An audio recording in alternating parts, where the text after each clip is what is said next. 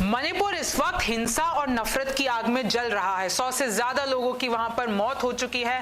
BJP और केंद्र नेताओं के वहां पर घर जलाए जा रहे हैं। लोगों को अपने घर छोड़कर भागना पड़ रहा है। वहां पर धार्मिक स्थलों यानी चर्च और मंदिरों पर भी आग लगाई जा रही है। गांव के गांव वहां पर उजड़ गए हैं। दिन दहाड़े गोलियां बरसाई जा रही हैं। पुलिस पर हमले हो रहे हैं। वहां पर इंटरनेट सेवाएं बंद हैं और सुरक्षा के लिए जवानों को तैनात कर रखा है। इन सब के पीछे का कारण है ऊंची और नीची जातियों के बीच लड़ाई और जमीनी विवाद। अब देखिए, मणिपुर में बीजेपी की सरकार है और वहां पर लोग इसलिए नाराज हैं क्योंकि पीएम मोदी ने अभी तक मणिपुर हिंसा पर कुछ बोला नहीं है और इसका विरोध वहां के लोगों ने ऐसे किया कि सरेआम सड़कों पर उन्होंने रेडियो को तोड़ा मन की बात के खिलाफ।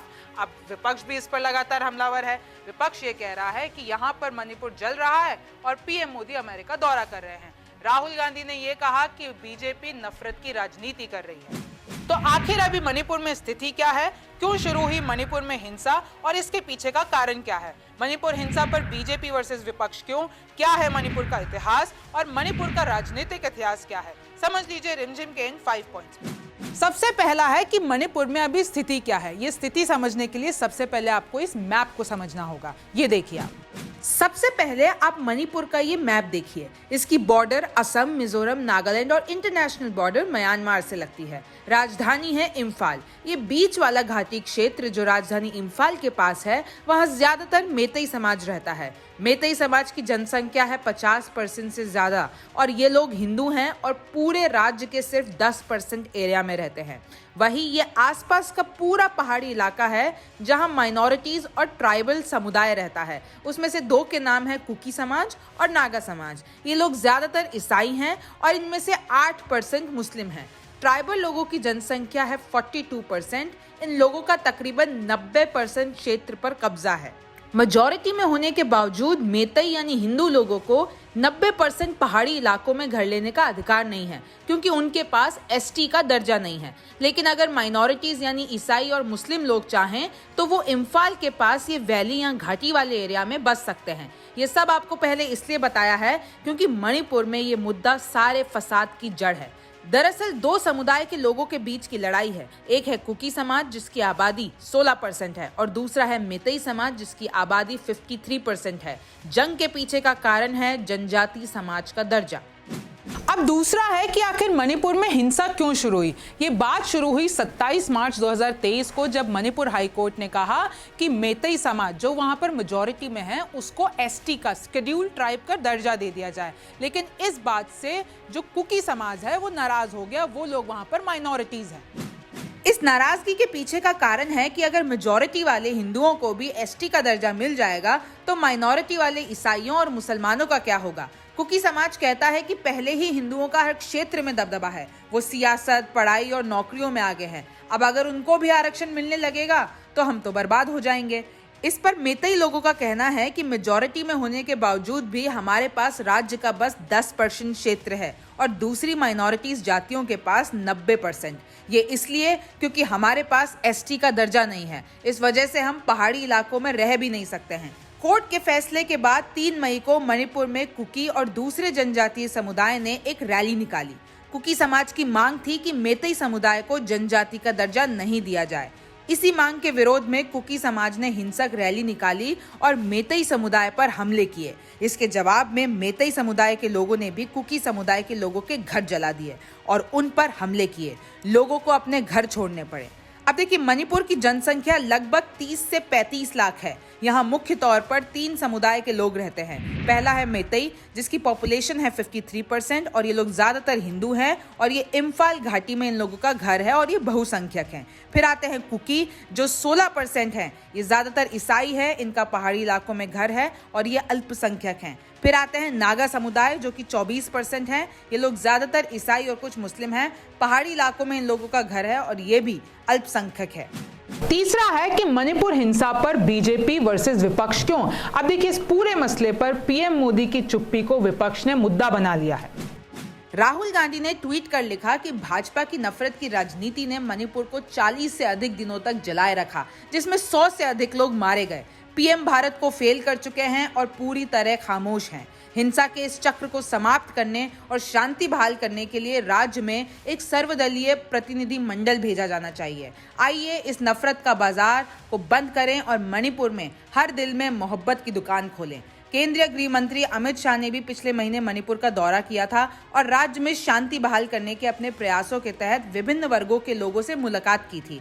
बावजूद इसके हिंसा की घटनाएं कम नहीं हुई और विपक्षी दल इसको लेकर बीजेपी पर हमलावर है। मणिपुर में बीजेपी की सहयोगी नेशनल पीपल्स पार्टी यानी एनपीपी ने साफ तौर पर कह दिया है कि अगर राज्य की एन बीरेन सिंह सरकार सुरक्षा और शांति को स्थापित करने में सक्षम नहीं होती है तो फिर गठबंधन में रहने का कोई फायदा नहीं है। इसी बीच भाजपा के 9 विधायकों ने पीएम मोदी को पत्र लिखकर कहा कि लोगों का मुख्यमंत्री बीरेन सिंह से विश्वास उठ गया है। कांग्रेस समेत मणिपुर के 10 विपक्षी दलों के नेताओं ने 20 जून को राज्य के मुख्यमंत्री एन बीरेन सिंह पर हिंसा का सूत्रधार होने का आरोप लगाया। विपक्षी दलों ने पीएम मोदी से आग्रह किया कि वे तत्काल दखल देकर हिंसा से पैदा हुए संकट का समाधान सुनिश्चित करें। चौथा है कि आखिर क्या है मणिपुर का इतिहास। इस छोटी सी कहानी से समझिए आप। ब्रिटिश राज में मणिपुर एक प्रिंसली स्टेट था, यानी यहाँ पर स्थानीय राजा की हुकूमत थी और इंटरनल मामलों में अंग्रेजों का कोई दखल नहीं था, पर इनडायरेक्टली ब्रिटिश का ही राज था। यहाँ 1894 के बाद से ईसाई धर्म प्रचारकों ने बसना शुरू किया और ट्राइबल लोगों को ईसाई धर्म में कन्वर्ट करना शुरू किया। 1901 सेंसस के हिसाब से राज्य में 8% ईसाई थे और 60% हिंदू थे और 1991 में राज्य में 34% ईसाई हो गए और 2021 में यह आंकड़ा पहुंचकर 45% हो गया। एक दूसरे आंकड़े के हिसाब से समझे तो 1961 और 2011 के बीच हिंदुओं की जनसंख्या 62% से गिरकर 41% तक हो गई और ईसाइयों की संख्या 19% से बढ़कर 41% तक हो गई। इसके बाद मेतई हिंदुओं और ट्राइबल ईसाइयों में दूरी बढ़ती गई और विवाद होते रहे। यही कारण बना हिंसा का। खबरों के मुताबिक कुछ विदेशी उपद्रवी भी इस फसाद में शामिल हैं। मणिपुर में 60 असेंबली सीट्स हैं और जनसंख्या के आधार पर 40 सीटें हिंदुओं यानी मेतई के पास हैं और बाकी 20 माइनॉरिटीज के पास हैं। राज्य में अभी बीजेपी की गठबंधन सरकार है जिसके सीएम है एन बीरेन सिंह। एक और मुद्दा यहाँ विवाद का कारण है। बीजेपी सरकार ने आदेश दिया कि यहाँ पहाड़ी जंगलों में इल्लीगली लोग रह रहे हैं, उनको वहां से हटाया जाएगा क्योंकि वो रिजर्व्ड फॉरेस्ट एरिया है। पर ट्राइबल लोगों का कहना है कि वो हमारी खानदानी जमीन है और हम वहां से नहीं हटेंगे। इसको लेकर भी वहां हिंसा होती रही है। पांचवा है कि आखिर मणिपुर का राजनीतिक इतिहास क्या कहता है। इन आंकड़ों से समझिए। मणिपुर का सबसे पहला राजा निंगथो कनबा को कहा जाता है। ये बात है 15th सेंचुरी बीसीई की। 17th सेंचुरी में मुस्लिमों का बांग्लादेश से मणिपुर में बसना शुरू हो गया। 11 अगस्त 1947 को महाराजा बुद्धा चंद्र ने इंडिया में विलय होने का निर्णय लिया और 1949 में भारत का पार्ट बने। इसके बाद वहां के लोगों में इंसर्जेंसी यानी विद्रोह का दौर शुरू हो गया। आदिवासी और गैर आदिवासियों के बीच हिंसा बढ़ती गई। बहुत से ट्राइबल ग्रुप्स बने। उनकी मांग थी राज्य को भारत से अलग करना और स्वतंत्र राष्ट्र बनाना। 1980 से लेकर 2004 से भारत सरकार को मणिपुर को डिस्टर्ब्ड एरिया घोषित करना पड़ा। 2009 से 2018 के बीच 1000 से ज्यादा लोगों की मौत हुई। आजादी के बाद एक लंबे समय तक मणिपुर में कांग्रेस का राज चला और 2012 के चुनावों तक भी कांग्रेस को बहुमत मिली। लेकिन इसके बाद बीजेपी ने कांग्रेस को नॉर्थ ईस्ट के राज्यों में टक्कर देना शुरू कर दिया। 2017 के विधानसभा चुनावों में नतीजों के बाद Bharatiya Janata Party, National People's Party, Naga People's Front और लोक जनशक्ति पार्टी ने गठबंधन सरकार बनाई और सत्ता में आ गए और कांग्रेस को सत्ता से बाहर कर दिया। तो देखिए, ये हैं 2022 के मणिपुर चुनाव के नतीजे, जिसमें कुल सीटें हैं मणिपुर की 60, बीजेपी को मिली 32, कांग्रेस को मिली 5, एनपीपी को मिली 7, एनपीएफ को मिली 5, जेडीयू को 6 और अदर्स के खाते में आई 5।